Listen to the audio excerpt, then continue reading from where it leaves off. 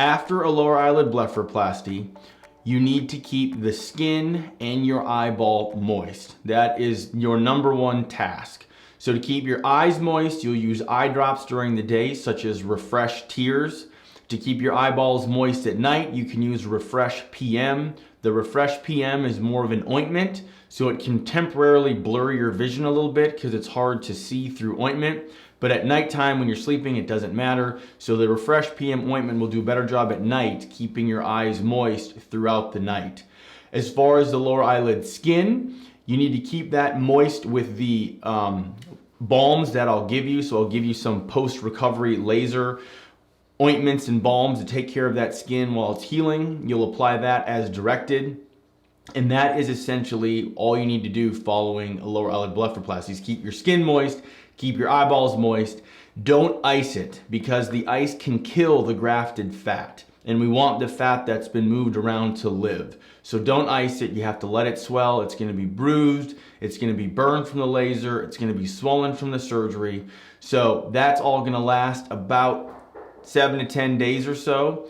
After 7 to 10 days, you're still gonna have some swelling and you may still have some redness where we treated your skin with the laser, but you'll be able to wear concealer at that point to cover up the redness. Initially, when your skin is healing, all you can put on it is the recovery ointments and balms, and you can't cover it up with sunblock or concealer while the skin is still healing. Another thing I need you to do is to avoid sunlight as much as you can. You cannot apply sunblock until the skin is healed, which takes 7 to 10 days. So during that initial early healing phase, you need to wear big hats and big sunglasses and avoid direct sunlight as much as you can.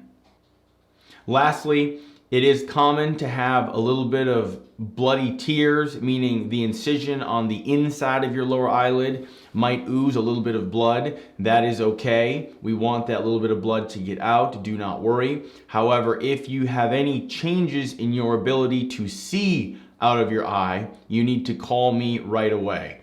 That's very rare, but that is something to take very seriously if all of a sudden you find it difficult to see out of either one of your eyes. Now, if your eyelids are swollen shut, which is very common if you have your upper and lower eyelids done at the same time, it may be somewhat difficult to see because your eyelids are swollen and there's ointment on your eyeball.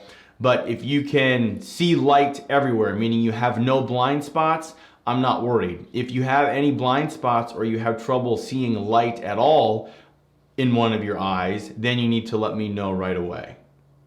After a lower eyelid blepharoplasty, you can exercise 1 week following the procedure if you feel up to it. Another thing I want you to do is to sleep and sit with your head above your heart for at least the first few days while the swelling tends to be the worst. It'll help minimize some of that swelling and bruising.